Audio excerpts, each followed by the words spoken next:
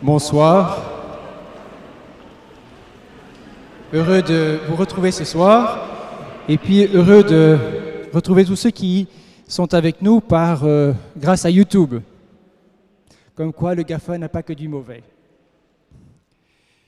Donc nous avons la joie ce soir d'accueillir le docteur Patrick Théier, qui est médecin français, né presque belge, on va dire flamand et français, puisqu'il est né à Valenciennes. Voilà, et puis pour l'instant, il réside à Pau, et une de ses caractéristiques, c'est d'avoir été pendant 12 ans à l'antenne médicale à Lourdes, et d'avoir pu voir beaucoup de choses, d'avoir été sollicité pour être là en tant que médecin, croyant, en unissant les deux sans les confondre, la foi et la raison. Et donc, pas mal de livres à son actif, dont ceux du sujet de ce soir, où il y a une belle réflexion, on en parlera peut-être un peu plus longuement, et puis voilà. Donc, docteur, c'est un plaisir de vous accueillir à Bruxelles. Merci d'avoir fait un tel trajet du sud de la France jusqu'à Bruxelles, capitale de l'Europe, n'est-ce pas? Mais nous sommes ici en tant qu'être humain, que croyant, à votre écoute. Merci beaucoup. Un petit je vous salue Marie. Oui.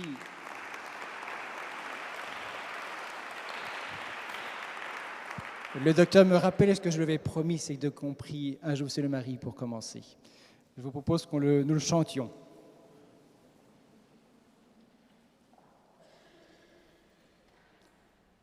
Je vous salue, Marie comblée de grâce, le Seigneur est avec vous. Vous êtes bénie entre toutes les femmes, et Jésus, votre enfant, est béni. Sainte Marie, Mère de Dieu, priez pour nous pauvres pécheurs, maintenant et à l'heure de la mort. Amen, Amen, Alléluia. Au nom du Père, et du Fils, et du Saint-Esprit. Amen. J'ai oublié une petite chose que vous connaissez bien. Merci de mettre vos téléphones sur silencieux ou mode avion. Eh bien, merci de cet accueil et je peux vous dire que je suis vraiment très heureux d'être parmi vous. Donc, bonsoir à vous tous qui êtes ici présents, bonsoir à ceux qui nous regardent par Internet. Normalement, ça marche. Comme ça. Il faut que je tire un peu. Ça va mieux, là? Vous m'entendez mieux? Tout le monde? Non?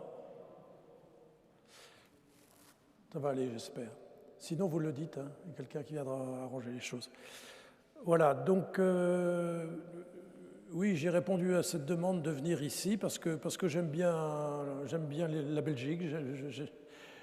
J'y suis venu souvent habitant dans le Nord, avant d'être donc appelé à être responsable du bureau des consultations médicales à Lourdes.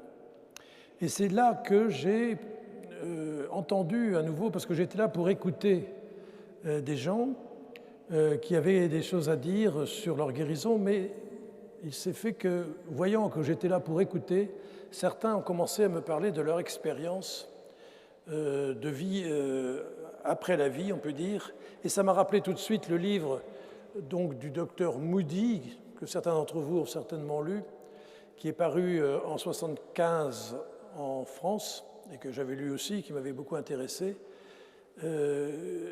très bien nommé « Life After Life », la vie après la vie. Et donc, je me suis dit quand même, toutes ces expériences de gens qui n'osent pas en parler et qui viennent m'en parler à Lourdes, ça serait intéressant que je reprenne ça après. Donc, en 2010, quand j'ai pris ma retraite, j'ai retravaillé tous les livres écrits sur le sujet Et puis je me suis dit quand même, beaucoup de livres sont de tendance ésotérique, New Age, que sais-je. Il faudrait faire une présentation catholique parce que c'est quand même un peu dommage que ce soit récupéré ailleurs, alors que, je le dirai au cours de cette conférence, tout est tout à fait en accord avec la foi catholique. Donc le docteur Moody, qui est toujours vivant, certains disent qu'il est vieux, qu'il est mort, non, il a mon âge. Il a écrit ça assez jeune, à 26 ans par là. Le docteur Moody avait parlé de NDE, Near Death Experience.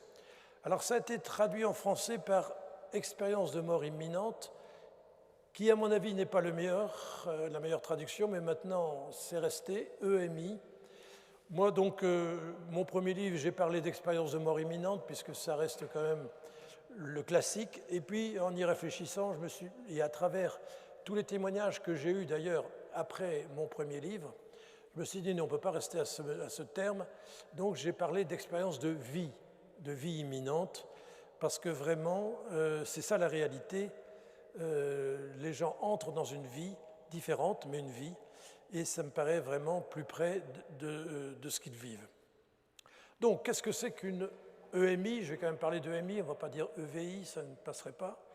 Ce sont des personnes considérées comme mortes, donc en état de mort clinique, arrêt du pouls et de la respiration, qui, revenues in extremis à la vie, peuvent témoigner, si elles se sentent en confiance, ce qui est rarement le cas, avoir quitté leur corps et vécu une expérience inoubliable qui les a comme happés vers un ailleurs, un au-delà, un autre monde, généralement magnifique, hors de notre temps et de notre espace, qu'il leur a fallu quitter avec regret, le plus souvent, pour revenir sur Terre. Ce qui est intéressant, c'est qu'à partir de là, elles ne voient plus leur existence de la même façon. Elles retrouvent un fort regain de vie vers plus d'attention, de présence, de conscience pour leurs proches, d'amour du prochain, d'empathie et de gratitude pour la vie, la considérant, cette vie, comme sacrée. Cet aller et retour est inscrit en elles, réactivant leur spiritualité, les rapprochant des hommes et de Dieu.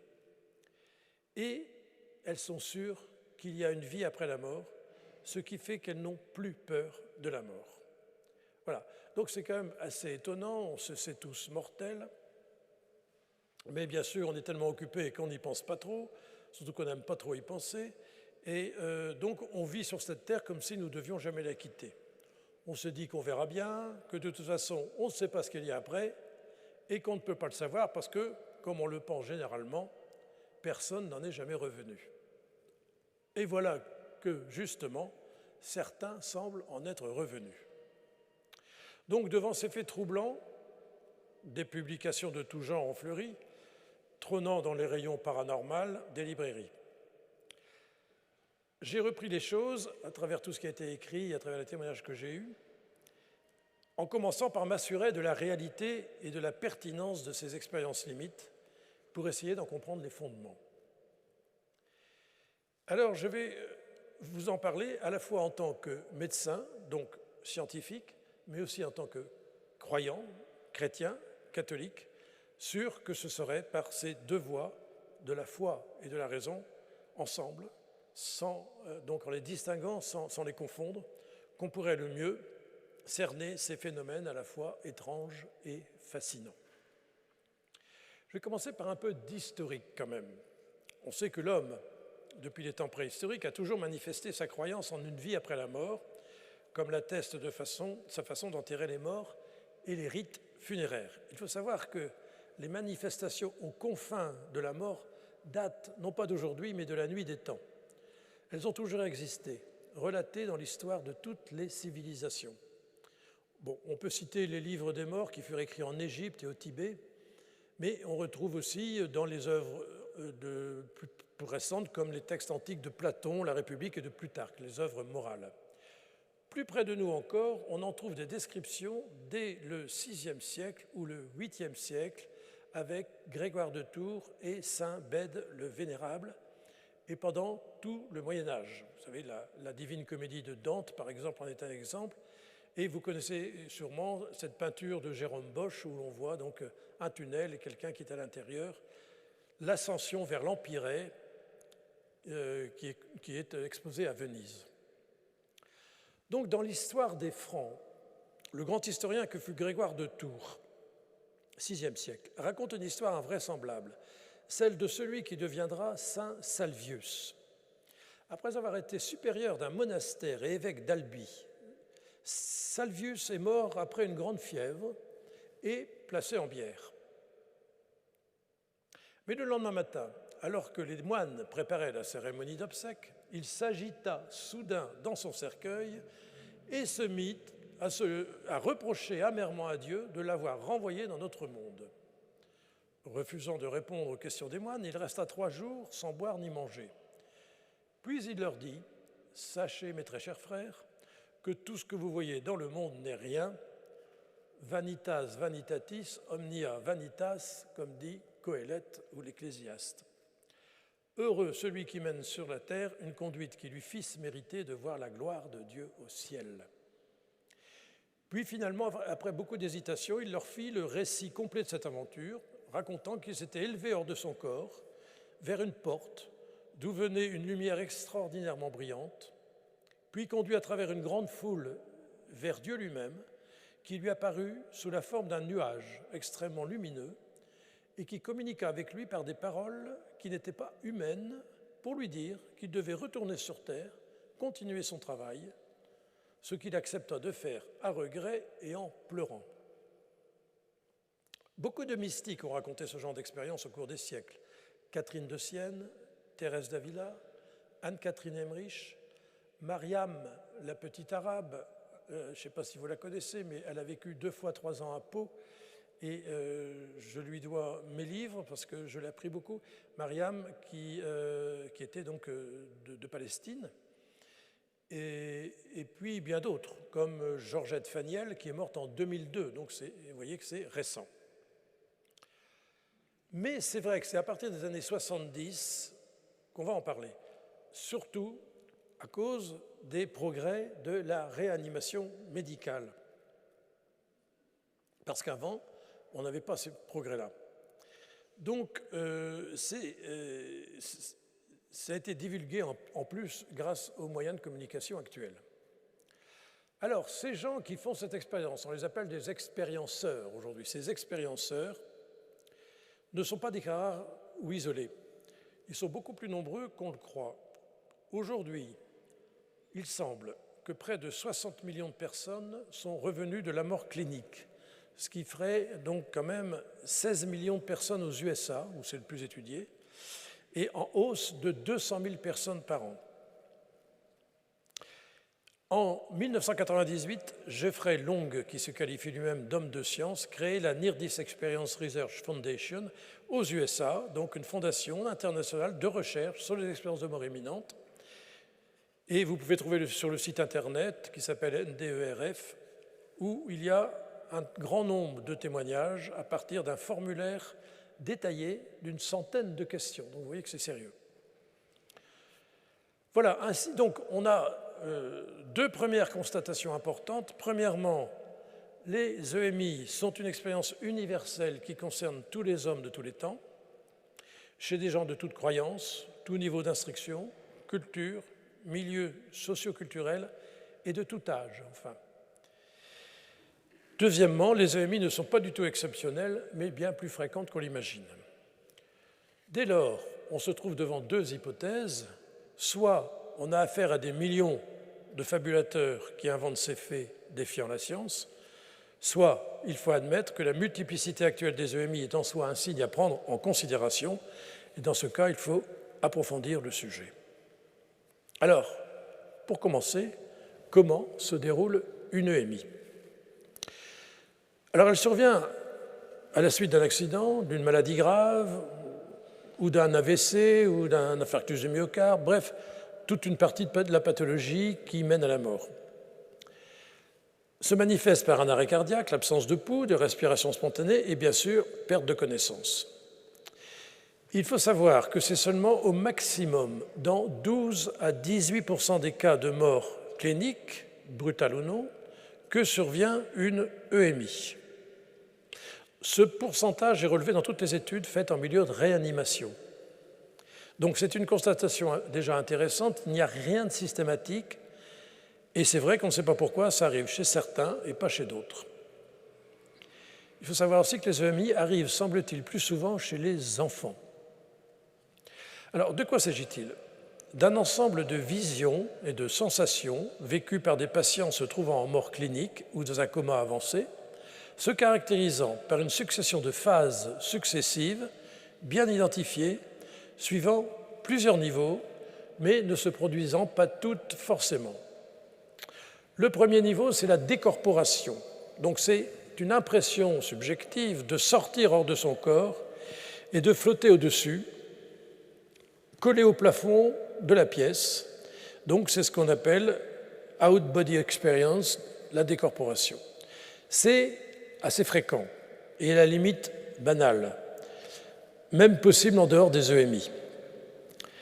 Mais ce qui devient plus intéressant, c'est que les sujets peuvent décrire à l'équipe chirurgicale toute l'opération pratiquée sur leur corps en vue plongeante. Ils sont capables de décrire ce qui s'est passé, de rapporter les paroles échangées, et parfois, cela va encore plus loin, ils peuvent capter les pensées et émotions du personnel présent, ce qui a été vérifié. Ils peuvent aussi entendre des bribes de discussion dans les pièces voisines. En revanche, la personne décorporée ne peut plus communiquer avec quiconque. D'accord ? Deuxième niveau, c'est le changement d'état du corps lui-même. La conscience et la lucidité de l'expérienceur se trouvent renforcées, avec des émotions et des sentiments intenses, généralement positifs, pas toujours, on y reviendra.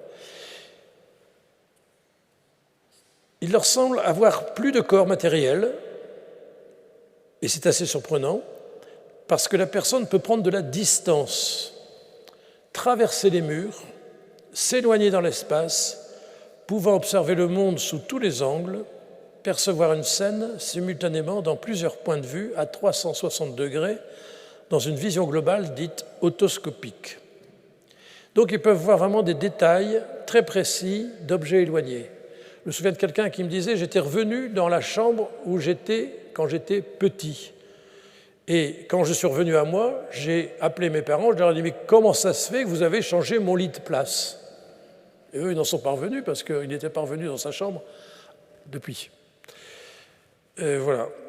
Alors, troisième temps qui arrive dans un tiers des cas, pas plus, c'est cette traversée dans le tunnel. Donc le sujet à ce moment-là peut être aspiré, en général à grande vitesse, à l'intérieur d'un tunnel assez long, sans éprouver aucune peur ni souffrance, et débouchant dans un univers totalement inconnu, qu'ils disent non terrestre.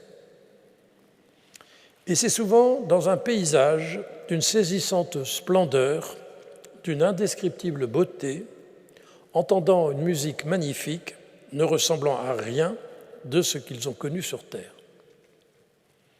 Au bout de ce tunnel, dans un tiers des cas encore, le sujet peut percevoir une lumière blanche, éclatante, dorée, aussi brillante qu'un million de soleils, disent-ils, mais pas du tout aveuglante. Donc on se trouve dans un autre univers, avec une lumière brillante, mais en même temps très attirante. Le quatrième point possible, c'est la rencontre d'autres êtres. Là, quelqu'un, une figure spirituelle, un ange, un proche décédé, des parents parfois inconnus, les accueille avec une infinie bienveillance.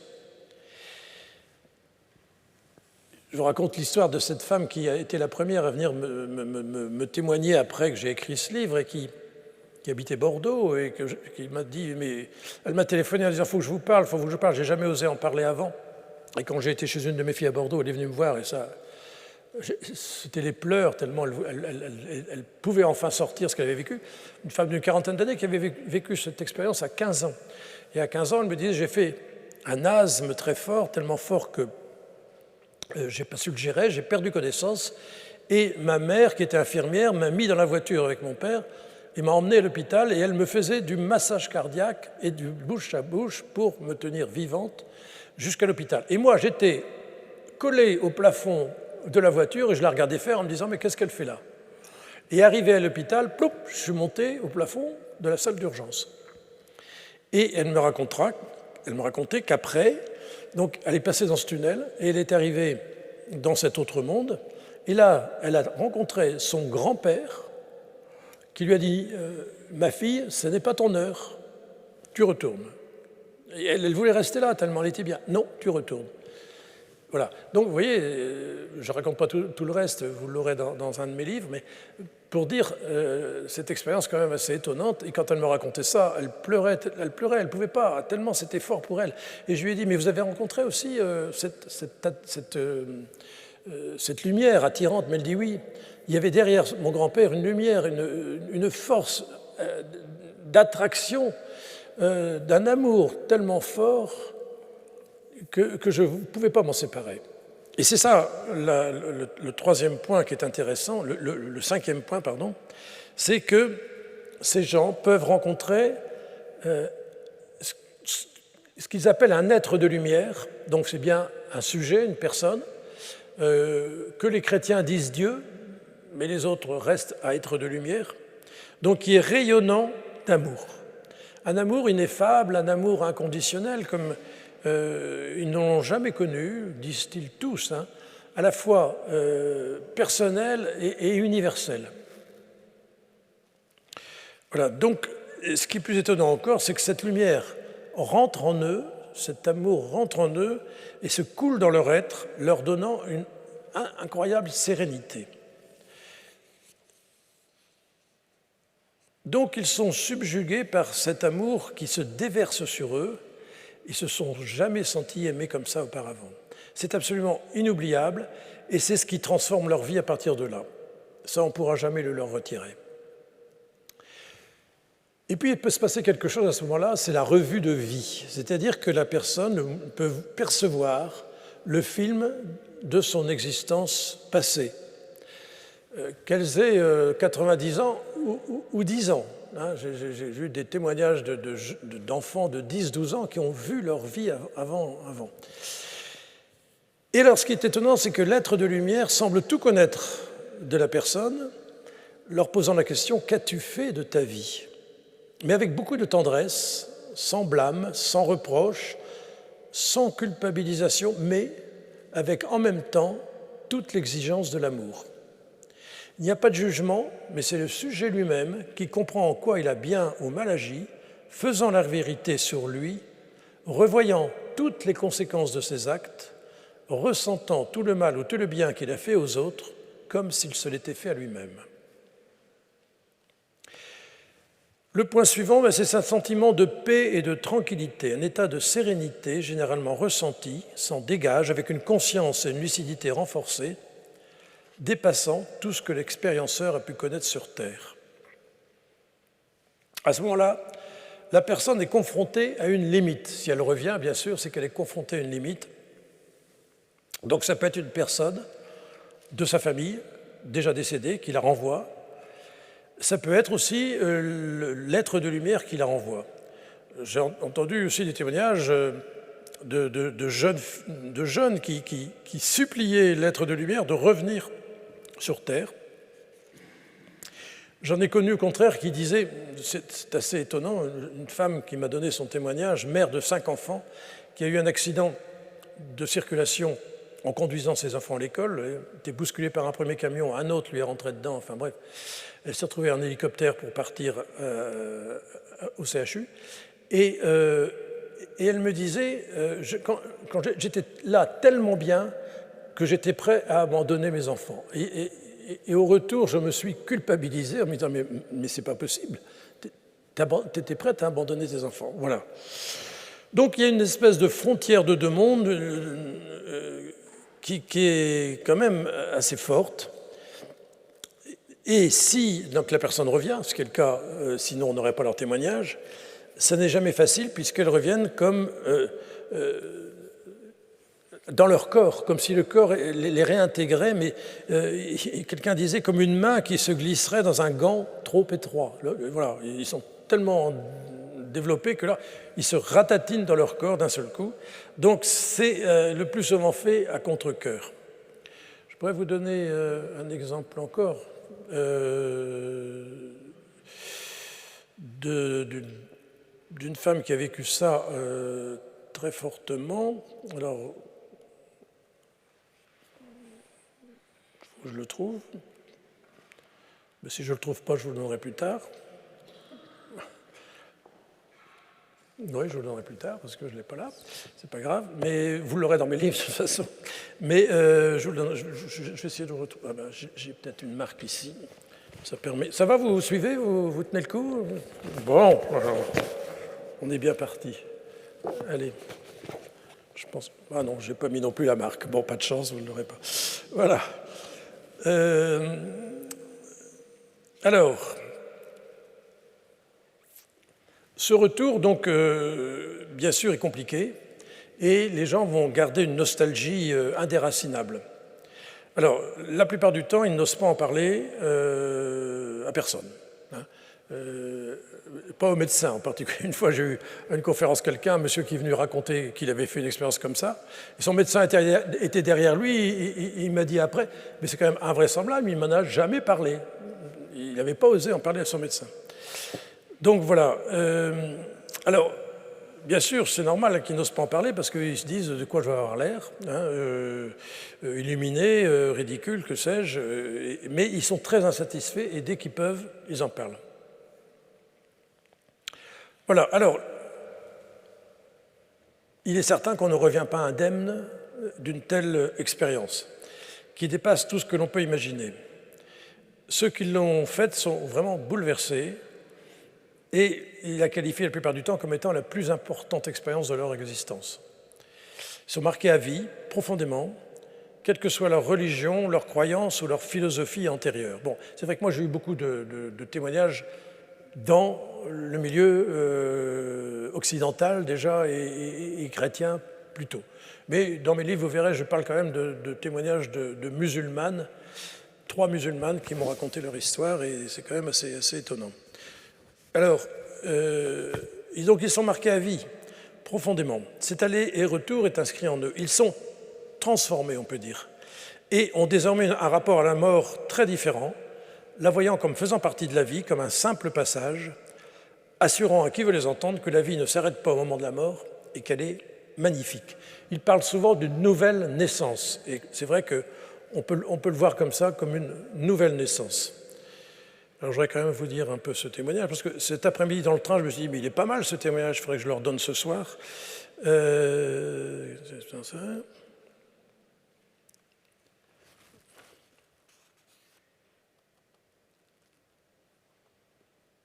Voilà, page 117. Alors c'est une avocate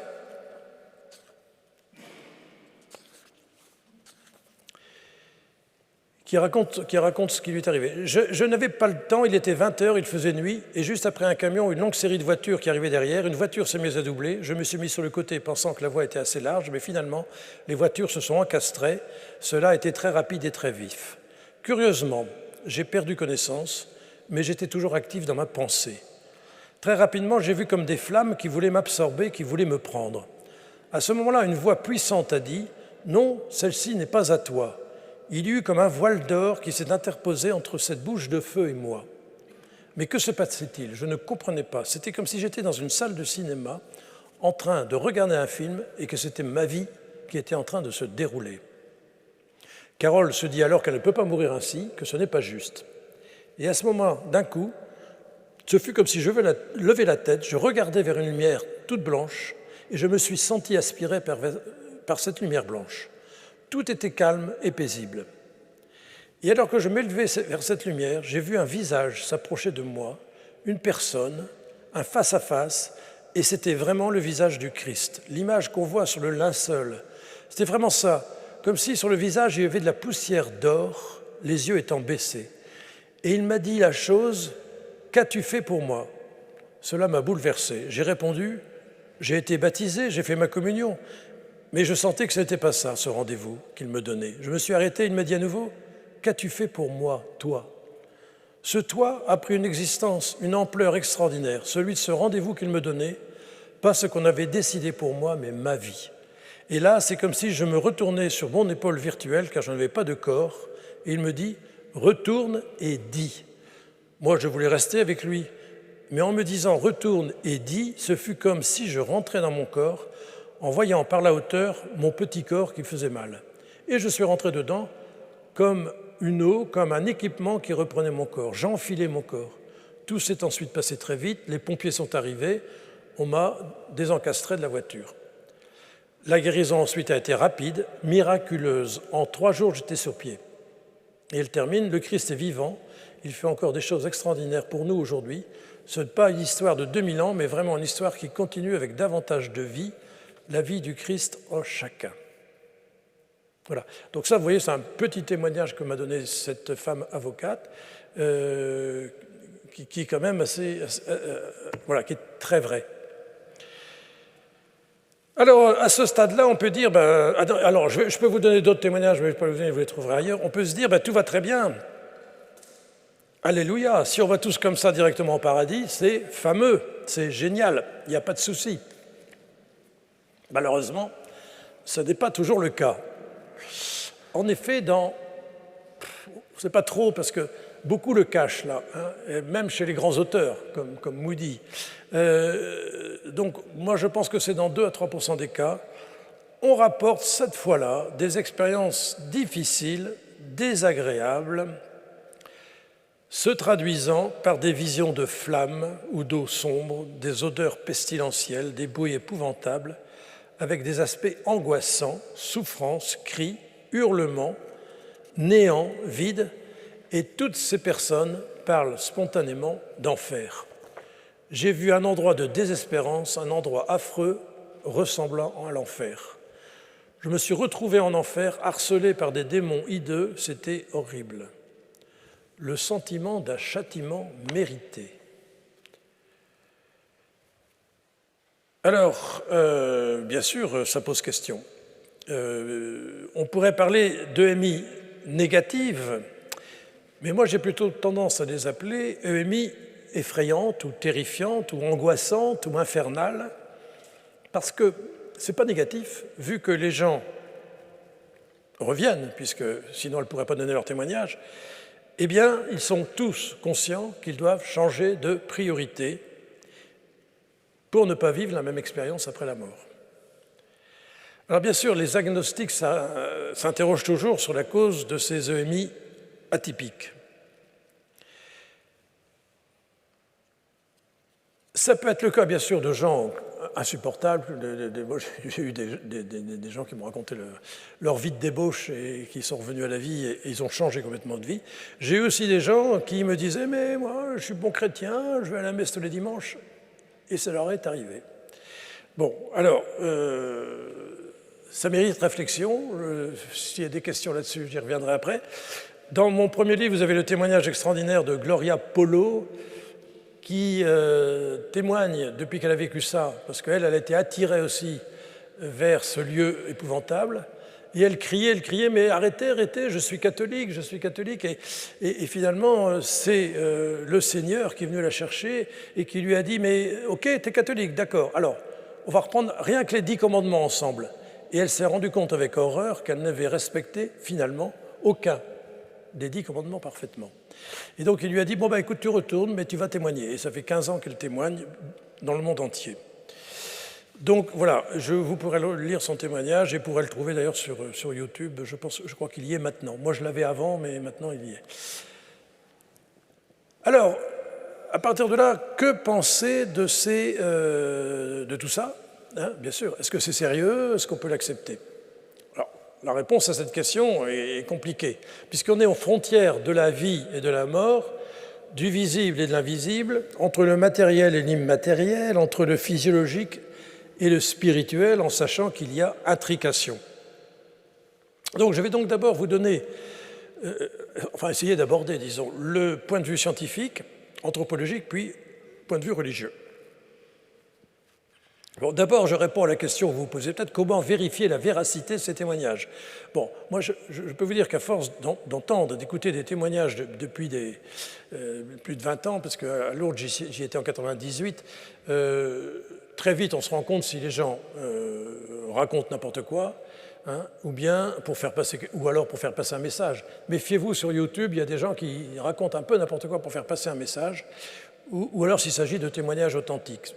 Franchement, là, ça se voit tout de suite. Et à ce moment-là, la charge émotionnelle est très, très forte quand les personnes racontent leur histoire, et ça vient vraiment du plus profond d'elles-mêmes. On sent bien qu'elles n'inventent rien, et leur vie a changé profondément. Mais maintenant, donc, si on prend le côté scientifique, ce qui n'est pas simple. Alors, il y a beaucoup d'ouvrages, d'études, de publications, de colloques qui leur sont consacrés, et qui amènent déjà, premièrement, à ne plus pouvoir douter de leur existence. C'est quand même déjà un point, et qui concourt donc à affirmer que nous sommes devant un processus solidement réel qu'on ne peut pas évacuer comme ça. Alors, bien sûr, il est difficile d'admettre ces phénomènes dans la mesure où il est indubitable que les expérienceurs sont réellement, cliniquement morts, aussi bien sur le plan cardiaque, mais aussi, le plus souvent, sur le plan encéphalique. Parce que vous savez que si on ne fait rien, quelqu'un qui a le cœur qui s'arrête, si on ne fait rien, le cerveau ne va plus être irrigué et le cerveau va s'éteindre. C'est bien pourquoi on fait du massage cardiaque pour renvoyer le sang régulièrement dans le cerveau. Mais on a beaucoup de témoignages d'EMI chez des gens donc, qui avaient un électroencéphalogramme plat, hein, qui pouvaient être dans le coma depuis plusieurs heures, plusieurs jours et plusieurs semaines. Donc, ça pose un problème, parce que, premièrement, les EMI remettent en question le dogme officiel de la science que seul le cerveau est à l'origine de la conscience et de la pensée. Or, dans le cas où la personne a un électroencéphalogramme plat, mais revient sur Terre en disant tout ce qu'il a vécu, avec une pensée, avec des souvenirs, avec des sentiments, on ne peut pas le comprendre. Hein. Le premier qui a fait un livre là-dessus, c'est Eben Alexander, un Américain que j'ai bien connu aussi, qui était professeur de neurochirurgie à Harvard, et qui n'y croyait pas une seconde à tout ça, et puis ça lui est tombé dessus. Voilà qu'il a fait une méningite je ne sais plus quoi, Candida albicans, ce qui est très rare, et en général on ne s'en sort pas vivant, et lui, au bout de 8 jours, il s'en est sorti complètement guéri, sans séquelles, à la grande surprise de tout le personnel hospitalier. Et revenu à lui, il s'est rendu compte son cerveau avait travaillé pendant ces 8 jours-là, alors qu'en reprenant tous les examens qui avaient été faits, son cerveau était complètement out. Et en plus, il avait rencontré une femme qui lui avait parlé, et il se demandait bien qui c'était, et à force de chercher, il a découvert que c'était une sœur biologique qu'il n'avait pas connue et qui était morte avant lui. Hein. Donc, il s'est dit là quand même, c'est surprenant. Et il a osé écrire un livre qui s'appelle Le paradis existe. Heureusement qu'il est américain, parce qu'en France, ça passerait mal. Hein. En Belgique, je ne sais pas, mais bon. Mais Eben Alexander, quand il raconte, c'est très drôle, parce qu'il me disait, quand j'étais là-bas, j'étais vraiment dans le réel, mais incroyable. Et il dit, maintenant, ici, sur Terre, j'ai l'impression d'être au cinéma. C'est incroyable. Voilà.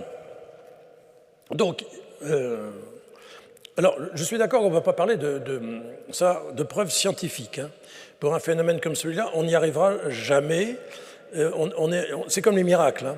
Si on pouvait prouver les miracles, ça ne serait plus des miracles. Donc là, pareil, hein, si on pouvait arriver à le prouver... Non, parce qu'on est dans un autre monde, on est dans un mystère, et il faut essayer de le comprendre, mais on ne pourra pas jamais le prouver. Mais bon, il y a quand même 2 propositions qui sont complètement antagonistes dans la science. Il y a d'abord la position dite, je dirais, réductionniste ou matérialiste, qui est la plus courante, qui estime que la conscience ne peut être que le fruit de nos neurones et qui ne peut pas accepter qu'il y ait une autre dimension de l'être qui échappe à la stricte matière et aux connexions neuronales. Donc pour eux, c'est un simple dysfonctionnement du cerveau.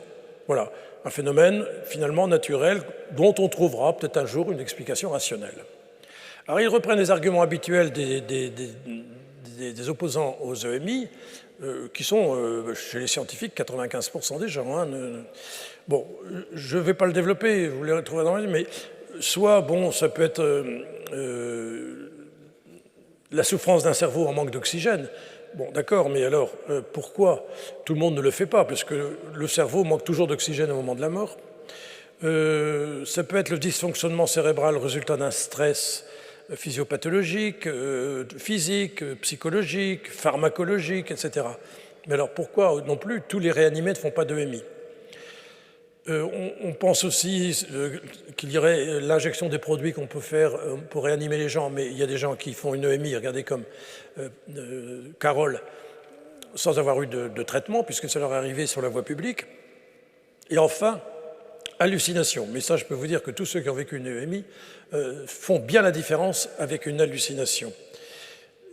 D'autant que, alors c'est là où il faut aller plus loin, c'est que comment aurait-il eu cette expérience d'un amour invraisemblable, inconditionnel, qu'il n'avait jamais connu auparavant? Pour faire une hallucination, il faut faire une hallucination par rapport à ce qu'on a connu précédemment, sinon ce n'est pas possible. Voilà, donc je ne développe pas, mais c'est quand même assez intéressant parce qu'ils disent tous avoir eu un processus de pensée, une forme de conscience plus aiguisée que sur Terre, hein, des perceptions décuplées, une mémoire des faits indépendante des fonctions cérébrales.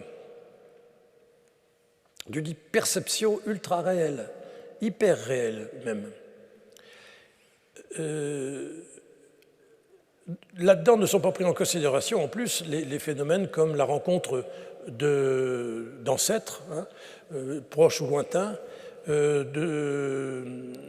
d'entités célestes, parce qu'ils peuvent rencontrer des anges, même certains disent avoir rencontré la Vierge Marie, le bilan de la vie, qui est quand même encore autre chose, sans parler de cet être de lumière plein d'amour. Voilà. Donc ça, c'est le premier point, opposition catégorique. Heureusement, aujourd'hui, il y a des scientifiques, je dirais, plus audacieux, qui tentent de sortir de la pensée officielle pour tenter de comprendre justement scientifiquement les EMI, saisir les origines, les mécanismes de la conscience. Alors vous avez plusieurs personnes, dont le docteur Jourdan, qui est quand même responsable de la recherche IANDS France, et qui a écrit un livre sur le sujet, où il étudie 74 témoignages d'EMI, qui sont aussi étudiés par un Hollandais, Pim van Lommel, qui aboutissent tous les deux à la même explication. Ce n'est pas une vue de l'esprit. Vous avez aussi le docteur Charbonnier à Toulouse, lui, qui est médecin réanimateur, qui a écrit plusieurs livres sur les EMI, et qui a dirigé en 2014 la thèse en doctorat en médecine d'un étudiant en médecine de la faculté de Reims, François Lallier, donc qui a été reçu à cette thèse avec mention très honorable. Félicitations du jury. Bon, donc quand même, c'était une thèse sur les EMI, c'est quand même gravé maintenant dans un document officiel. Alors lui, il parle de, pourquoi pas, l'hypothèse d'une conscience délocalisée extraneuronale mettant en jeu une conscience intuitive extraneuronale, qui sera indépendante de la matière. Le cerveau étant vu comme un émetteur-récepteur avec cette conscience, avec un grand C. Bon, on peut mettre un grand C, moi je mettrais un grand D, ça serait pareil, mais enfin voilà. Donc, c'est quand même intéressant de retenir cette hypothèse du cerveau émetteur-récepteur. Hein. Voilà. Et puis, il y a quand même des faits qui surprennent encore, et surtout les opposants aux EMI, c'est qu'il peut y avoir, au cours de ces EMI, des guérisons complètes de la pathologie pour laquelle la personne est morte. Hein. C'est le cas du professeur Alexander, qui a guéri complètement sans séquelles, qui est complètement impossible à comprendre pour les médecins. Et vous avez d'autres personnes qui... regardez, Carole, elle a eu un accident gravissime, en 3 jours, elle a été remise, ce qui montre bien que c'est surprenant. Vous avez aussi des exemples d'aveugles qui ont pu voir quand ils étaient de l'autre côté et qui, pour certains, ont guéri. Alors, pas tous. C'est une question, bien sûr, mais c'est comme les miracles. Hein. Pourquoi certains guérissent et pas d'autres, on n'en sait rien. Voilà. Donc, en tout cas, ces guérisons pendant une EMI sont absolument inexplicables par la médecine.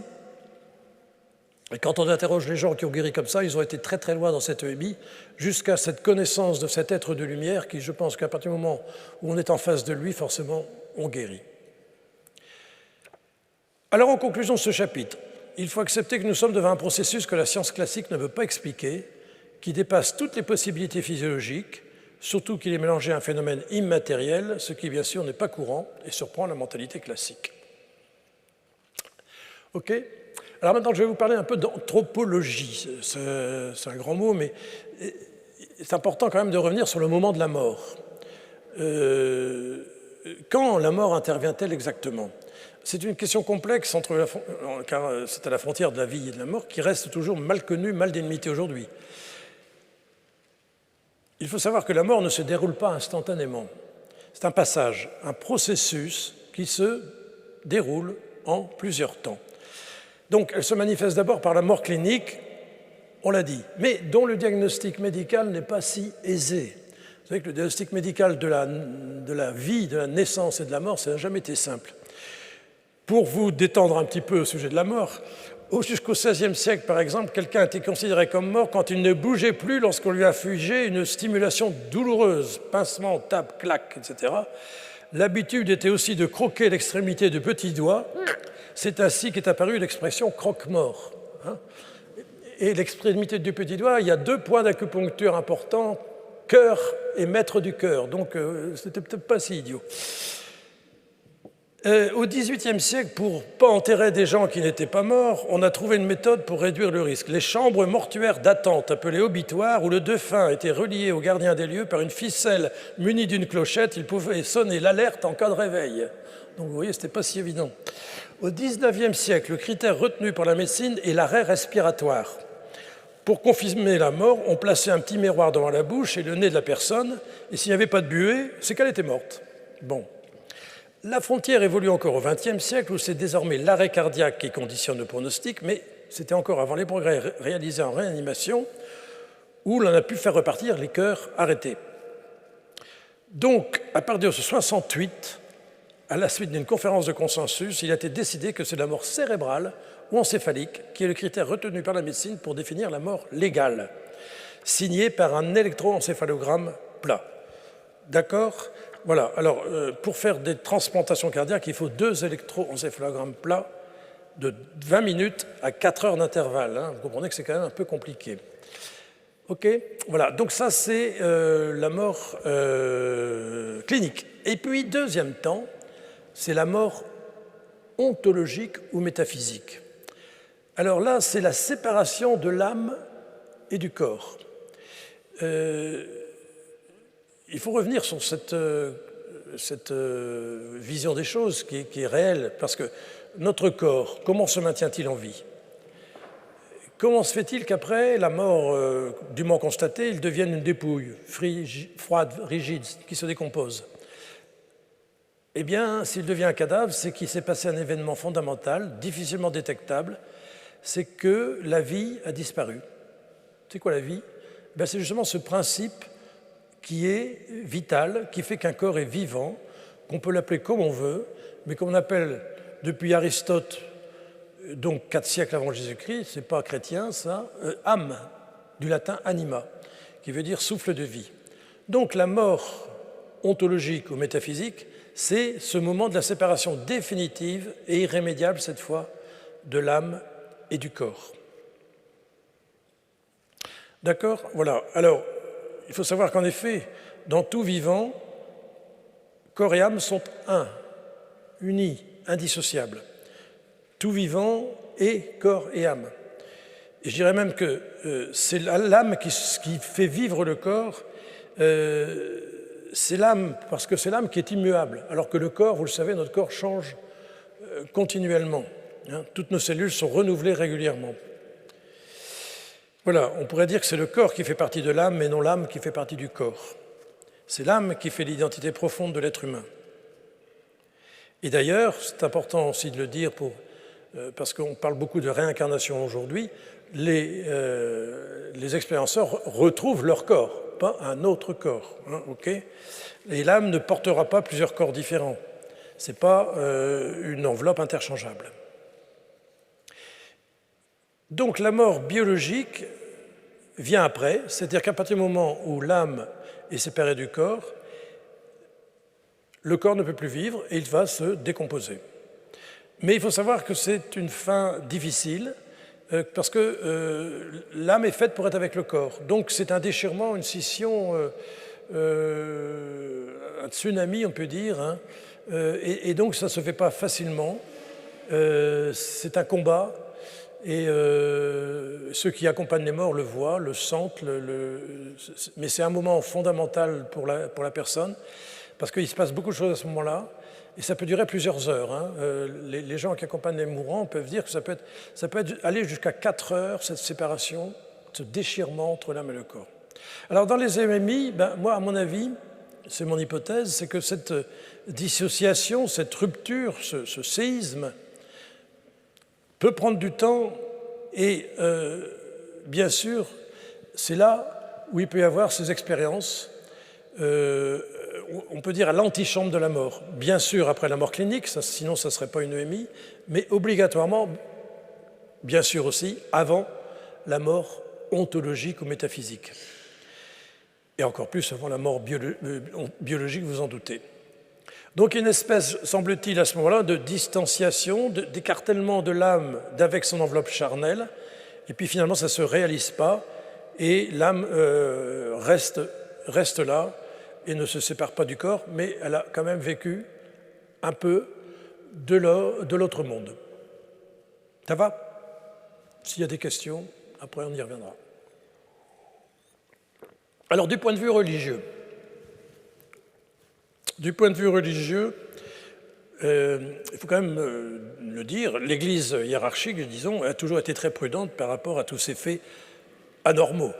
Vous savez que déjà par rapport au miracle, c'est très, très compliqué pour faire admettre un miracle. De même, les manifestations mystiques.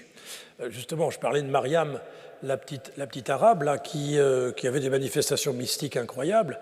Hein, on l'a retrouvée une fois dans le jardin du couvent, là où on va encore la prier tous les mois, parce qu'elle a demandé qu'on fasse une prière au Saint-Esprit.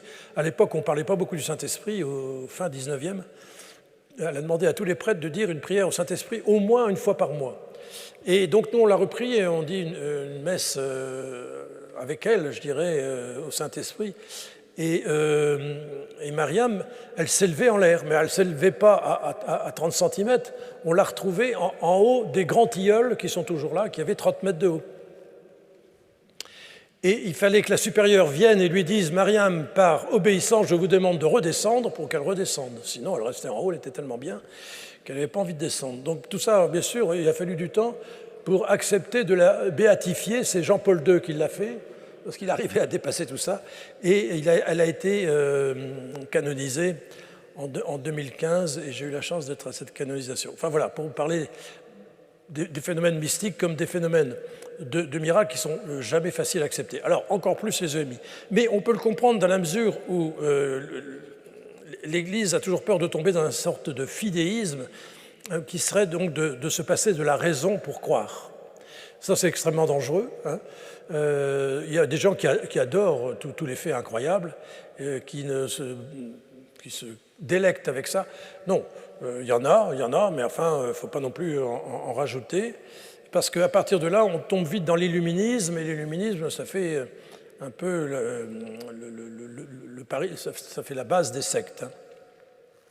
Donc, dans l'ensemble, jusqu'ici, mais il y a des exceptions, heureusement, on ne prend pas trop ces choses au sérieux. Heureusement, il y a quand même au moins trois évêques qui me soutiennent, qui soutiennent ces expériences, dont votre ancien évêque, Monseigneur Léonard, qui a bien voulu écrire la préface de mon dernier livre sur l'expérience de vie imminente. C'était assez amusant parce que je l'avais rencontré par hasard à Notre-Dame-du-Lot, où il habite, je crois, maintenant, c'est peut-être un secret, j'en sais rien. Et il m'a vu, il m'a dit « Oui, docteur, votre livre m'a fait un bien fou ». Ah bon, je dis « Ah oui, oui, oh, ma foi en a été renforcée ». Ah, ben, je dis « Alors là, c'est formidable ». Et puis voilà que, un an après, quand j'avais écrit le second, je le rencontre encore par hasard, donc c'est la Providence qui fait les choses, au Puy du Fou. Et là, je le reconnais tout de suite, il est assez grand pour qu'on le voie. Et je lui dis, Monseigneur, j'ai écrit un nouveau livre sur l'expérience de mort imminente, est-ce que vous voudriez en faire la préface? Il se retourne et il me dit, oh là, on m'en demande beaucoup. Bon, enfin, je vais vous le faire quand même. Bon, donc je lui ai envoyé mon manuscrit et il m'a fait une très belle préface, donc je vous remercie. Puis alors, il y a mon cher confrère, hein, le docteur Aupetit, qui est quand même archevêque de Paris, qui en parle aussi dans un de ses livres, et de même le préfacier de mon premier livre, qui est Monseigneur Hayet, qui est mon évêque de Bayonne, l'Escar et Oloron. Voilà, donc moi j'ai trouvé que c'était quand même dommage de laisser ces faits extraordinaires aux végans, aux paganistes, aux voyants, aux adeptes du New Age, du spiritisme, de la réincarnation occidentale, enfin bref, voilà. D'autant que ces phénomènes sont en parfait accord avec l'enseignement de l'Église depuis 2000 ans. L'ensemble de leurs caractéristiques recoupe parfaitement la doctrine chrétienne sur la mort, qui enseigne l'existence d'une vie éternelle, la séparation de l'âme et du corps, l'immortalité de l'âme, l'existence de l'enfer, la communion des saints et un jugement particulier dans l'amour et la vérité. Et j'irai qui plus est, seule l'anthropologie chrétienne peut apporter un début d'explication aux EMI, comme j'ai essayé de vous l'expliquer, et inversement, les EMI apportent cette confirmation que l'âme humaine est habitée au plus profond d'elle-même par une autre dimension qui peut la faire accéder à une autre réalité d'ordre spirituel. Notre âme est spirituelle, capax Dei, reliée à Dieu, appelée à la vie éternelle. Donc on peut aussi l'appeler esprit. Alors, certes, les chrétiens n'ont pas besoin des EMI pour croire, pas plus que les miracles actuels. Les Écritures et toute la tradition chrétienne suffisent amplement. Néanmoins, il serait dommage de ne pas prendre en considération ces faits qui sont des signes actuels qui viennent corroborer ce qu'exprime le credo. C'est Monseigneur Léonard qui dit « Les EMI reprennent de manière précise et détaillée l'ensemble des thèmes traditionnels qui sont présents dans la doctrine chrétienne, au centre de laquelle il est affirmé que Dieu est amour. » C'est beau ça, hein? Voilà. Je ne sais pas combien de temps il me reste. 10 minutes, c'est parfait. On va prendre alors, quels enseignements peut-on tirer de ces EMI? Parce que c'est vrai, c'est bien, bon, mais en pratique. Alors, premièrement, ce qu'on ne peut plus nier, c'est qu'il y a une vie après la vie. Dans un espace-temps inconnu de nous ici-bas, mais qui existe. Donc, les EMI font découvrir une autre réalité, une autre dimension, invisible, inexplicable par la seule physiologie, point de rencontre entre le visible et l'invisible, entre la science et la foi. Alors, une fois de plus, on ne peut pas aller jusqu'à dire que c'est un fait scientifique, parce qu'on ne peut pas le reproduire, on ne peut pas apporter de preuves scientifiques du tout, mais voilà, il faut accepter que c'est inexplicable. Alors, n'attendons pas de validation expérimentale. Hein. Ça m'énerve. Vous avez peut-être entendu parler de Stéphane Alix, que j'avais rencontré dans un studio, je crois que c'était à France Inter, qui a écrit un livre qui s'appelle « Le Test », qui a bien marché d'ailleurs. Alors lui, il a attendu la mort de son père, et quand son père est mort, il a mis dans son cercueil des tas d'objets disparates, et puis après, il a demandé à un médium, qui demande à son père quels étaient les objets qui étaient autour de lui. Vous voyez ? Pour voilà, être sûr, voilà. Ça, c'est vraiment, on est en plein dans la médiumnité. Je vois vraiment pas l'intérêt de faire ça, parce que est-ce que c'est vraiment son père qui a répondu, ou bien est-ce que c'est d'autres esprits? On ne le saura jamais.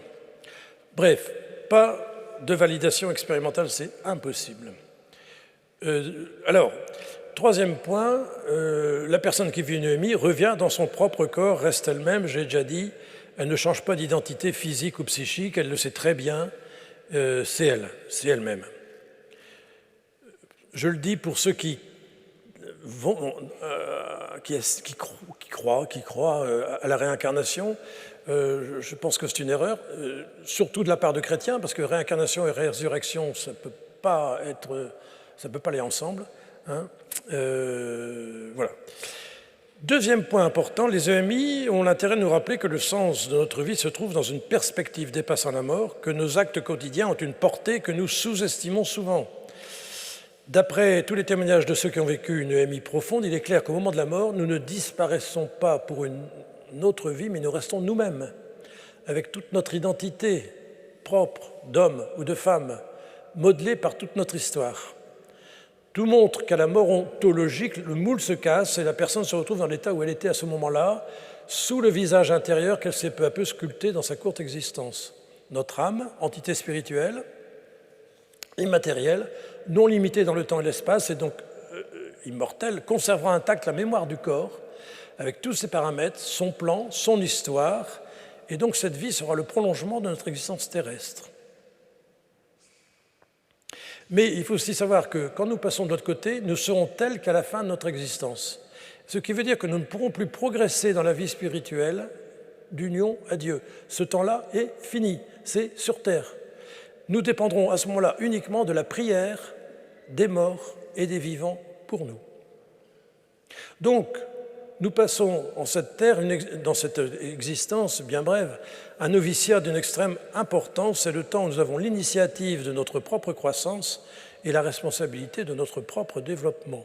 Ce que nous avons réalisé de notre vivant modèlera toute notre vie ultérieure. C'est Bertrand Vergely qui disait « Nous écrivons une histoire dans le ciel et pas simplement sur la terre ». Et l'âme séparée du corps, à la mort, gardera la mémoire du corps, tout le programme de ce corps. C'est bien l'âme de ce corps. Et c'est elle qui libérera notre corps pleinement glorifié à la fin des temps. Hein, puisque nous le savons, et nous le disons dans le credo, nous croyons à la résurrection des corps.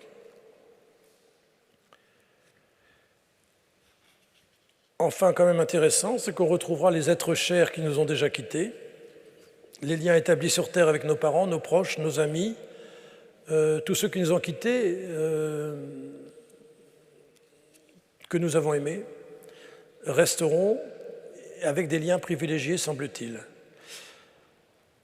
Bon, si ces relations ont été source d'insatisfaction ou de regret, nous connaîtrons le bonheur de renouer des relations délivrées de leur pesanteur et de leurs limites. C'est quand même pas mal. Alors, pour finir, donc, se pose la question de savoir pourquoi certains disent avoir vécu une EMI désastreuse, je dirais, faisant une certaine expérience de l'enfer, donc qui est un refus de l'amour divin. Alors là, vous avez vu que tous reviennent, et donc ils ne sont pas rentrés en enfer, parce que ceux qui y rentrent ne reviendront pas. Pour rentrer à l'enfer, il faut le vouloir, en toute lucidité. Donc c'est vraiment pour ceux qui refusent en toute connaissance de cause le salut divin. Je rejoins assez bien la position de saint Irénée qui dit que l'enfer est la mort éternelle au sens fort, la cessation totale et définitive, éternelle de la vie. Alors, il y en a aujourd'hui qui soutiennent que l'enfer existe, mais il n'y a personne dedans. Ça, j'en suis pas persuadé. Conclusion. 5 minutes. Donc, je crois quand même que les EMI nous apportent de véritables indices pensables. Vous connaissez les BD de Brunor, que je connais bien, ou des évidences de crédibilité qu'il y a une vie après la vie. C'est quand même une bonne nouvelle, non ? Sans le péché, c'est vrai que la mort a été un paisible endormissement, une dormition, comme pour la Vierge Marie, hein, qui, de par sa conception immaculée, est montée au ciel avec son corps, ce qui n'est pas notre cas. Donc, à cause du péché, la mort est douloureuse. C'est un passage important qui peut durer, mais pendant lequel l'âme peut recevoir une très grande lumière, celle de Jésus qui nous dit « Veux-tu mon amour ?» Nous pourrons être pardonnés, mais sauf d'être des saints à l'heure de notre mort, il nous faudra une purification de nos déchets, conséquence de nos péchés. En tout cas, au paradis nous attend un Dieu qui n'est qu'amour, dont on ne se rassasiera jamais, nous faisant participer à son immortalité. Alors, je vous dis à tous, comme saint Paul l'a dit à Timothée, emparons-nous de la vie éternelle. Merci.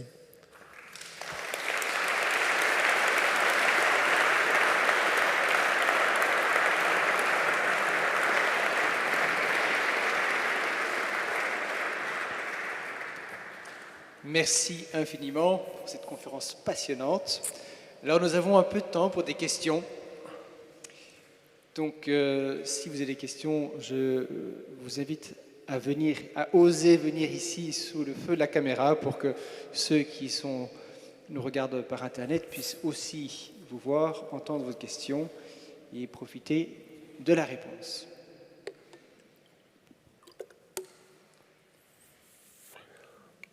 Voilà, venez enlever votre masque pour le coup. Je vous invite à venir ici. Venez, venez. Tournez-vous vers la caméra si vous voulez. Vers la caméra.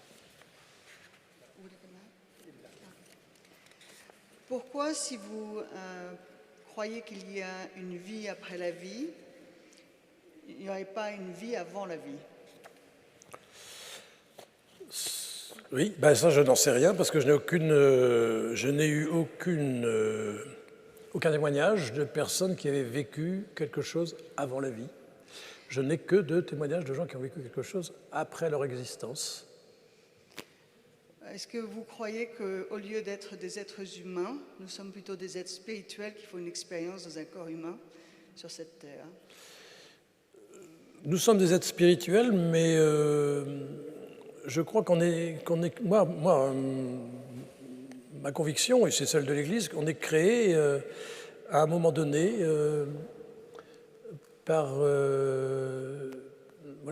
qu'on est créé au sein de notre Père, mais on est créé comme une nouveauté. Moi, je ne crois pas qu'il y ait une vie avant, je ne crois pas. Je crois qu'il y a un début, il y a un commencement, comme dans la Genèse, comme partout, il y a un commencement, mais qui n'aura pas de fin. Mais il y a un commencement, moi je crois. Si je peux oui, je veux bien dire quelque chose que j'ai appris grâce au docteur, c'est que dans une des expériences de mort imminente que vous avez relatées, si mes souvenirs sont bons, il y a une personne qui parle, qui revoit toute sa vie depuis sa conception, dit-elle. Oui. Et elle parle aussi du moment où son âme a été créée. Absolument. Comme un éclat d'amour. Et c'était très étonnant, c'est la première fois que j'entendais ce genre de récit-là. Donc voilà, c'est un des du livre, mais je ne pourrais plus dire lequel. Voilà.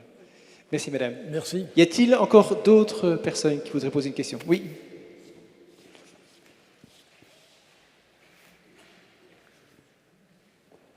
Bonsoir. Bonsoir.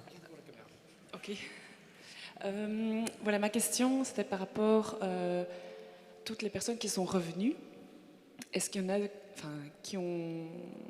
que vous connaissez, qui vous ont raconté leur histoire, qui après se sont suicidés pour retrouver cette lumière? Ah non, jamais. Alors, c'est tout le problème du suicide, qui est un problème douloureux.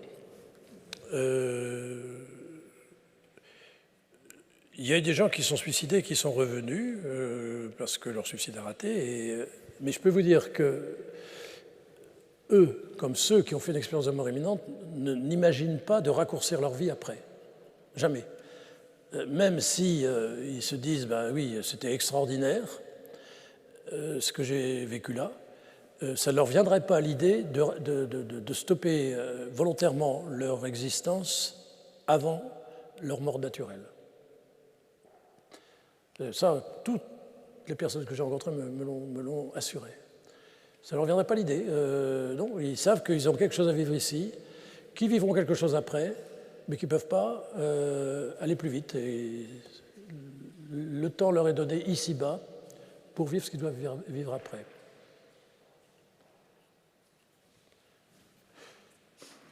C'est comme ça. Vous avez encore un peu de temps? Oui. Merci de venir.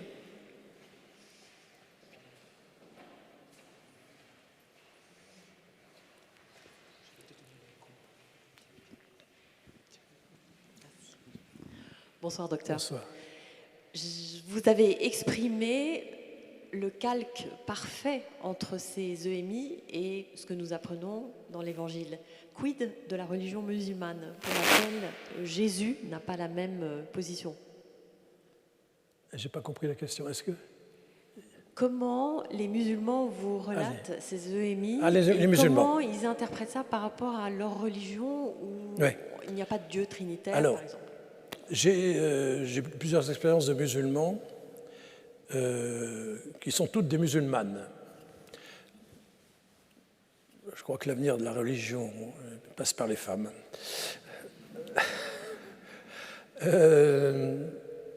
J'avais même été invité, mais je n'ai pas pu y aller, à Marrakech pour parler des expériences de mort imminente. C'est bête, je n'ai pas pu y aller. Parce qu'il y a une femme marocaine qui l'a vécu et qui a été tellement surprise de ce qu'elle a vécu qu'elle voudrait faire passer cet amour qu'elle a connu dans son expérience dans la religion musulmane. Parce que pour la religion musulmane, elle est bien consciente que Dieu, c'est le Tout-Puissant, mais qu'on lui est soumis. Mais nullement un Dieu d'amour et de bonté. Et, voilà. Et donc, elle voudrait le faire passer dans la religion. Très bien, hein, c'est extraordinaire. Par ailleurs, à la fin d'une conférence comme ça, j'ai une femme qui est venue me voir, c'était à Pamiers, dans l'Ariège, qui me dit « Moi, j'étais musulmane », et elle m'a raconté son histoire, que je raconte dans un livre. Celle-là, je crois que je la raconte, mais j'en ai d'autres qui sont plus compliquées. Mais celle-là est assez simple. Elle est pharmacienne. Elle n'arrivait pas à avoir d'enfants, mariée, sans enfants. Et elle a fait, je ne sais plus quoi, bon, elle est morte, considérée comme morte, et donc elle est passée de l'autre côté. Et là, elle a fait ce que je vous ai raconté, c'est-à-dire l'expérience d'un Dieu plein d'amour. Puis voilà qu'elle est revenue, et là elle s'est dit, non, ça ne correspond pas à ma religion, c'est pas possible, il faut que je cherche qui est ce Dieu. Et elle a fini par rentrer en contact avec des religieuses en Tunisie, elle était de Tunis, qui lui ont donné un évangile. Et là, elle a dit, ben, c'est ça, c'est lui que j'ai rencontré. Et donc, elle a demandé le baptême. Elle s'est fait baptiser, mais ça s'est su. Et elle a été rejetée, puis personne ne venait dans sa pharmacie, etc. Ce qui fait qu'elle a été obligée de quitter la Tunisie et de venir en France avec son mari. Et puis finalement, elle est arrivée en Ariège. Mais l'étonnant aussi qu'elle m'a raconté, c'est que pendant son expérience de mort imminente, la personne qui était Dieu pour elle lui a dit « Tu auras 2 filles ». Mais elle n'y croyait pas parce qu'elle avait plusieurs années de mariage sans avoir d'enfant. Et en fait, elle a eu 2 filles après. Et donc, ça l'a confirmé qu'elle n'avait pas rêvé. Et donc, voilà. Et je l'ai revue. D'ailleurs, elle est venue à Lourdes après, où elle m'a présenté ses 2 filles, toutes fières. Et elle est devenue chrétienne.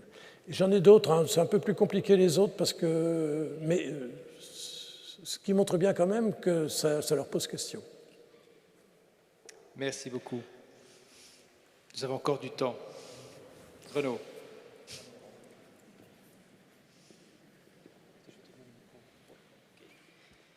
Merci docteur. À la fin de la présentation, il m'a semblé que vous disiez que ce qu'on n'avait pas réussi, alors peut-être dans notre relation à Dieu pendant notre vie, ne pouvait pas être corrigé dans celle d'après. Je ne sais pas si j'ai très bien compris, mais enfin moi ça m'a un peu inquiété.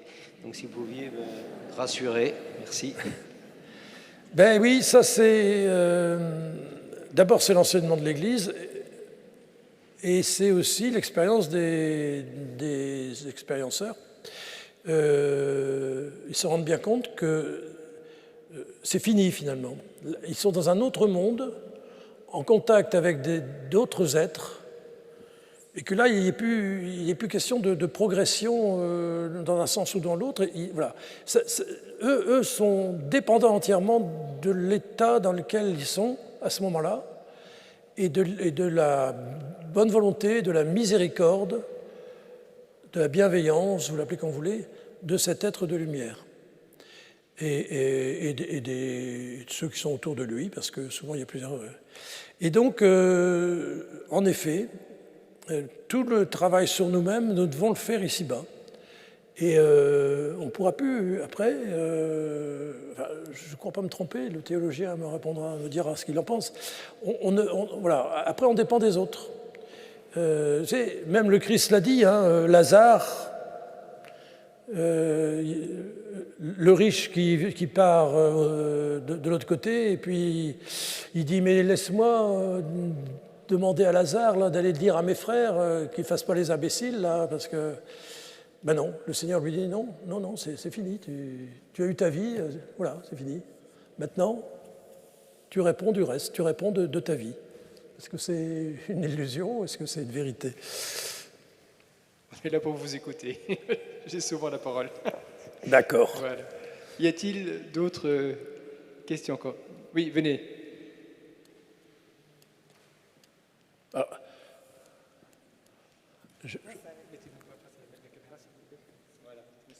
Allez.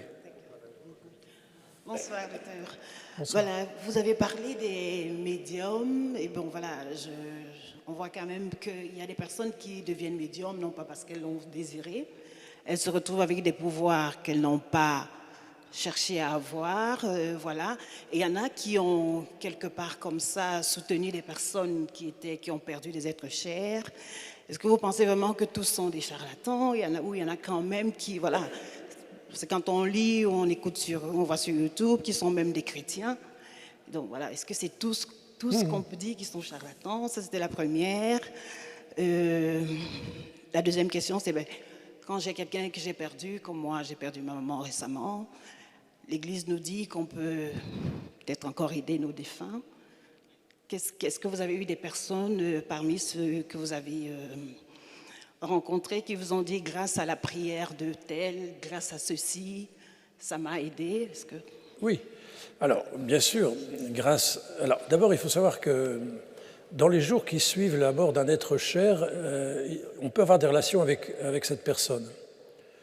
J'ai eu beaucoup de témoignages. Je me souviens spécialement d'une femme qui a retrouvé son fils pendu dans l'escalier, fils de 18 ans, et dans les jours qui ont suivi, elle avait continué à être en lien avec lui, et il lui a dit quelques jours après, tu sais maman, je suis sauvée, et elle en est persuadée. Bon. Ce qu'il faut, c'est pas, bon, ça arrive, hein, mais il ne faut pas l'entretenir, il ne faut pas vouloir poursuivre, parce que, vous savez, les psychologues vous diraient, il faut faire le deuil. On ne peut pas vivre avec les morts, c'est pas possible. Et l'Église l'a toujours dit, ça date de l'Ancien Testament, hein, que chacun de son côté, les morts avec les morts, les vivants avec les vivants. Alors aujourd'hui, malheureusement, je crois que... Bon, alors moi je ne connais pas ce qui se passe dans d'autres pays, mais en France en tout cas, il y a une recherche de relations avec les morts qui est quand même malsaine. Et le pire, c'est un collègue qui a travaillé sur les EMI, par exemple, qui fait de l'auto-hypnose dans des grands hôtels où ça coûte très cher, avec 20 personnes à la fois. Il arrive à les mettre dans un état hypnotique et avoir des relations avec leurs défunts. C'est une erreur dramatique parce qu'on croit être en relation... Bon, j'en connais des gens qui ont vécu ça. J'en ai encore connu une la semaine dernière qui m'a raconté ça innocemment. Elle allait ce week-end faire ça à Toulouse. J'ai eu beau lui dire que ce n'était pas idéal, mais bon, elle avait déjà payé. Donc, on ne sait pas qu'est-ce qui vient vous dire. Bon, on peut toujours imaginer que c'est quelqu'un de proche, que c'est la personne avec qui, c'est vrai, elle voulait rentrer en contact avec son mari qui était décédé. On peut le comprendre, bien sûr, mais est-ce que c'est vraiment son mari ou est-ce que c'est d'autres entités? Les exorcistes, j'en connais un certain nombre, disent, vous savez, on entre en relation avec des esprits qui ne sont pas forcément ceux auxquels on croit, qui vont se faire passer pour, et puis qui vont vous entraîner là où vous ne voulez pas. Voilà, donc c'est un jeu extrêmement dangereux. Donc faisons le deuil, ce qui n'est jamais facile, je sais bien. Moi j'ai perdu ma propre sœur il y a 3 ans, il y a 2 jours, elle s'est suicidée. je ne l'accepte pas, c'est clair. Bon, mais que faire? Je peux prier pour elle, dire des messes, faire dire des messes, voilà, pour son salut. Je pense qu'elle s'en sortira. Vous savez, la dame qui avait été voir le curé d'Ars et qui lui a dit mon mari s'est suicidé, s'est jeté d'un pont, et il lui a dit mais il a eu le temps de se convertir entre le parapet et l'eau. Hein. Bon, donc on ne sait pas ce qui se passe dans le cœur de quelqu'un. C'est à ça qu'il faut croire. Par rapport à ce genre de médiumnité, il y a un témoignage extrêmement intéressant qui est celui du père Joseph Verlinde, qui lui-même a vécu dans un ashram, est devenu médium, a rencontré beaucoup plus profondément le Christ et puis s'est éloigné de tout cela. Et il explique son parcours. C'est un témoignage qu'on trouve sur YouTube. Vous cherchez l'expérience interdite. Passionnant, notamment parce qu'il montre que lui, sans le savoir, est devenu médium et qu'il était de bonne volonté, si on peut dire ça comme ça. Oui, ça arrive. Et donc, voilà, c'est très nuancé, je trouve, très beau, en même temps très clair. Après, monsieur. J'avais une question pour toi, Benoît. Est-ce qu'il y a moyen de prendre les questions de gens qui nous regardent sur YouTube, s'ils en ont ou pas? Ou ils sont muets? J'aimerais bien, mais allô à moins qu'ils posent la question sur le site, je ne vois pas autrement. Bon, mais sinon, merci docteur, j'ai une question. Si j'ai bien compris, vous avez relaté les différents lieux de la mort, enfin les différents moments de la mort, avec la mort clinique, la mort ontologique, la mort biologique. Est-ce que ces expériences de mort imminente ont toutes eu lieu dans les cas de mort clinique? Donc soit le cœur et la respiration s'arrêtent, mais le cerveau est encore actif, soit le cerveau n'est plus actif, électroencéphalogramme plat, mais le cœur ou la respiration sont maintenus de manière artificielle. Est-ce que donc c'est toujours dans ces cas-là, ou est-ce que vous avez aussi des expériences de mort imminente lorsque le corps a commencé à se décomposer, comme on peut le lire dans l'Évangile avec Lazare? Alors non, justement, pas du tout. Alors dans l'Évangile, quand il y a trois ressuscitations, disons. Le seul ressuscité, c'est Jésus, mais la seule résurrection, c'est celle du Christ. Mais le Seigneur rend à la vie trois personnes. Alors, il y en a deux, on ne sait pas trop. La fille de Jaïr, et puis voilà. Là, on ne sait pas trop ce qui s'est passé. Est-ce que c'était vraiment morte? On n'en sait rien. En tout cas, il y a Lazare. Lazare, il était mort, et bien mort biologiquement, puisqu'il sentait déjà. Hein, on le dit dans l'Évangile. Il était mort depuis 3 jours, et dans ces pays-là, ça va vite. Oui. Donc, là, il ne s'agit pas d'une EMI, il s'agit bien d'un miracle du Christ. D'ailleurs, certains médecins, parce que les médecins réanimateurs ont tous connu des EMI, tous. Et alors aujourd'hui, pour faire bien, ils disent que c'est un phénomène Lazare. Non, ce n'est pas un phénomène Lazare, parce que Lazare, ce n'est pas une EMI. Il était mort biologiquement. Mais le Christ l'a rendu à la vie par un miracle. Donc ça, c'est complètement différent. D'accord ? Monsieur, vous aviez une question. Alors, pendant que monsieur vient, il y avait une question sur Internet par rapport au purgatoire. Qu'est-ce que vous pourriez dire sur le sujet ? Oui, le purgatoire, je l'ai dit, c'est un temps de purification parce qu'on est impur pour rencontrer le Christ. Il semblerait que dans le paradis, il y a aussi une gradation. On sera plus ou moins proche du Seigneur. On approchera petit à petit de lui parce que il est tellement autre. Donc le purgatoire, c'est l'antichambre, je dirais. Ceux qui vont au purgatoire savent qu'ils iront au paradis à un moment ou à un autre. Alors, est-ce qu'on peut parler de moment, d'ailleurs, c'est difficile à dire. Mais ils souffrent, en même temps, de ne pas l'être, parce qu'ils voient bien que ce serait extraordinaire, mais qu'ils n'y sont pas. Donc ce temps de purgatoire, on peut prier pour que nos défunts le quittent le plus vite possible. Alors ceux qui ont fait l'expérience de l'enfer, ils n'ont pas fait l'expérience de l'enfer lui-même, mais ils ont vu l'enfer. Hein. Oui, docteur, merci. Voilà, dans le récit des différentes personnes qui ont vécu l'EMI, donc il y a bien entendu des apports concernant l'iconographie chrétienne, le visage du Christ, etc. Mais ma question, elle est celle-ci. Je reviens un petit peu sur l'hypothèse de Jung d'un inconscient collectif. N'y a-t-il pas là, quelque part dans cette expérience, un partage de tout notre patrimoine inconscient, de toutes les religions du monde, en fait, qu'on est en train de redécouvrir.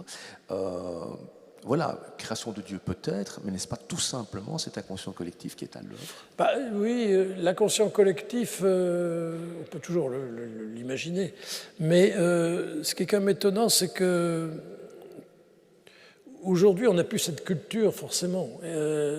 Alors, moi, bien sûr, j'ai travaillé des expériences chez des gens qui vivent dans une culture occidentale.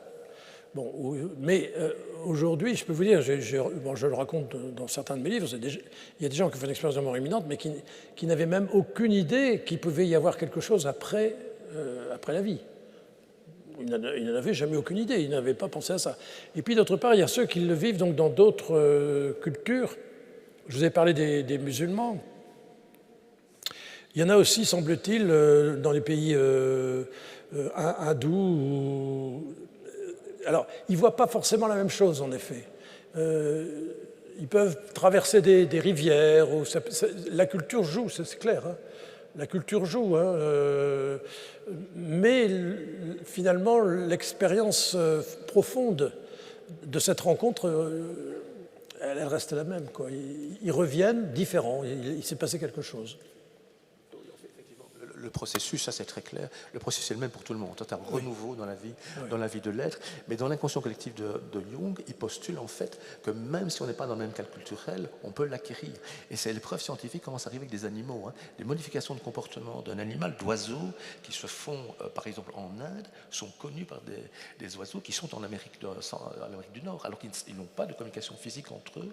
La délocalisation de la conscience est une hypothèse scientifique de physiciens aujourd'hui, c'est l'hypothèse de EPR d'Einstein au départ. Et donc, on se dit, la conscience, est-ce qu'elle est localisée? On n'est pas certain aujourd'hui. Même les physiciens le disent. Donc ça rejoint un peu les sorties de corps dont vous parliez. Hein, peut-être. J'ai pas de réponse. Dans certaines expériences de mort imminente, vous avez parlé de rencontres avec d'autres. Avec d'autres personnes, avec des défunts. Oui. Peut-être que là, il y a des différences entre les personnes, en tout cas. Oui, peut-être. Mais c'est vrai que c'est très difficile de distinguer, parce que les gens eux-mêmes ont beaucoup de mal à rendre compte de leur expérience. Hein. Oui. L'expérience est quand même très, très personnelle. Elle est très personnelle. Parce que, bien sûr, il y a des ressemblances, mais il n'y a jamais deux personnes qui racontent la même chose. Et c'est ça qui est quand même assez étonnant. Merci. Alors, une dernière question. Bonsoir. Vous nous avez parlé du combat qu'il y a quand l'âme quitte le corps. Est-ce que vous pourriez nous en parler un peu plus, des difficultés de ce moment? Les difficultés. Des difficultés du moment lorsque l'âme quitte le corps, de ce combat pour sortir du corps. L'âme est faite pour vivre avec le corps, puisque l'âme forme le corps. C'est saint Thomas d'Aquin qui disait que... Vous savez, on peut dire aujourd'hui formate le corps d'une certaine façon. Donc sans l'âme, le corps ne peut pas vivre. Et donc, c'est une unité ontologique intrinsèque. Tous les penseurs l'ont dit, que l'âme et le corps font un. Et forcément, du fait du péché, du péché originel, je dirais, de notre péché, il y a cette rupture. je le disais, il n'y a que la Vierge Marie qui n'a pas vécu cette rupture. Et c'est une rupture qui est forcément complexe, difficile, angoissante. Ceux qui accompagnent des morts le disent. Et il existe même aujourd'hui, alors c'est assez étonnant, et j'en ai eu un ou deux exemples, de gens qui accompagnent les morts, les mourants, et qui vivent en même temps qu'eux une espèce d'expérience de mort imminente. Ils sont tellement empathiques avec ceux qui sont en train de passer de l'autre côté, qui font aussi une espèce d'expérience de l'au-delà, dont ils peuvent témoigner après. Et donc finalement, c'est à la fois très dur, mais à la fois très fort et plein d'enseignements pour nous et plein de beauté. Moi, je me souviens d'un prêtre qui me dit qui avait son père, qui a accompagné son père quand il est mort et qui était veuf. Et au dernier moment, il a dit « mais je la vois, elle vient me chercher ». Alors il s'est toujours demandé si c'était sa femme ou la Vierge Marie, il n'en sait rien. Mais enfin, il a dit « mais mon père a été transfiguré au moment de sa mort, quoi ». On venait le chercher, et quelqu'un qui le connaissait. Donc ça l'a apaisé complètement. Donc voilà, alors c'est normal qu'on ait tous peur de la mort, hein, c'est clair, parce que surtout on a peur de la souffrance qui l'accompagne, et puis on ne sait pas quand ça aura lieu, donc c'est toujours un problème, mais heureusement je dirais, mais il faut être plein d'espérance. J'avais dit des choses, mais est-ce qu'il y a peut-être encore une dernière question qui brûle les lèvres? Ben voilà. Alors on va s'arrêter. Docteur, un tout grand merci. Je pense que c'est un superbe applaudissement.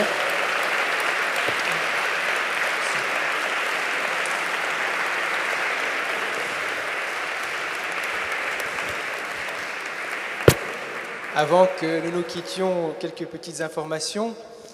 Donc vous savez que ceci était enregistré.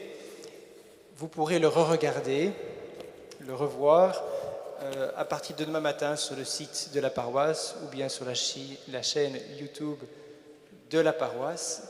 Et on m'a dit que le son au début serait bien meilleur. Deuxième chose, le docteur, comme il vous l'a dit, a écrit plusieurs livres. Vous pourrez en acheter deux livres qu'il a écrits sont ici. Le premier sur les expériences de mort imminente, et puis le deuxième, et puis il est tout à fait prêt à les dédicacer. Il y a eu des questions plus relatives à la foi. Alors, ce n'était pas voulu, mais il se tombe que j'ai écrit moi-même un livre sur l'au-delà, que vous pouvez aussi acheter au fond de l'Église, qui voit les choses, évidemment, d'abord du point de vue théologique. Il vient de sortir, j'ai été chercher hier chez l'éditeur. Ah bah oui. Voilà. Non mais c'est surtout le docteur qu'il faut remercier. Je vais aller au fond. Alors, sachez aussi... Un instant, si tu veux bien. Ah bon, j'attends. Sachez aussi que donc, la librairie UEPC qui a gentiment accepté de venir vendre, spécialement se délocaliser pour vendre les livres ici, sera présente pour ceux qui ne sont pas ici présents aux messes de dimanche prochain. Donc à la fin des messes, celle de samedi 18h, celle de dimanche matin 10h et dimanche matin 11h15. Donc si vous n'êtes pas sur place, surtout ceux qui nous regardez grâce à la technologie, sachez que vous pourrez acheter ces livres-là aussi. Enfin, vous n'êtes pas sans imaginer que la venue du docteur qui vient de Pau a occasionné quelques frais, que la vidéo aussi en demande. Et donc, si vous pouvez participer à ces déplacements librement à votre bon cœur, il y a des paniers qui seront au fond de l'église, des paniers de la collecte habituelle. Sur le site internet, sur le YouTube, vous allez voir le numéro de compte de la paroisse. N'hésitez pas à faire un virement si vous préférez. Et puis, dernière annonce. Donc cette conférence était l'introduction plus qu'apéritive du cycle sur l'au-delà. À partir de mercredi prochain commence la lecture de Spe Salvi, c'est-à-dire l'encyclique de Benoît XVI, la deuxième qu'il a écrite sur l'espérance. C'est là un cycle de 5 soirées où, ensemble, en nous aidant les uns les autres, en dialoguant beaucoup, nous allons pouvoir lire cette encyclique qui est vraiment extrêmement costaude et intéressante. Je l'ai travaillé ces derniers jours et je peux vous dire que j'ai été de nouveau ébloui par ce que dit Benoît XVI, tellement il rejoint ce qui nous est profond et combien il répond à des questions que nous sommes entre autres posées ce soir. Voilà, je pense avoir dit tout ce qu'il fallait. Pour remercier le docteur, je vous propose, si vous voulez bien, que nous prions tous ensemble un autre Je vous salue Marie pour le docteur et pour tout ce qu'il fait pour le Seigneur. Merci. Je vous salue Marie, comblée de grâce, le Seigneur est avec vous. Vous êtes bénie entre toutes les femmes, et Jésus, votre enfant, est béni. Sainte Marie, Mère de Dieu, priez pour nous, pauvres pécheurs, maintenant et à l'heure de la mort. Amen, amen, alléluia. Le Seigneur soit avec vous. Et avec votre esprit. Et que Dieu Tout-Puissant vous bénisse et vous garde, lui qui est Père, Fils et Saint-Esprit. Amen.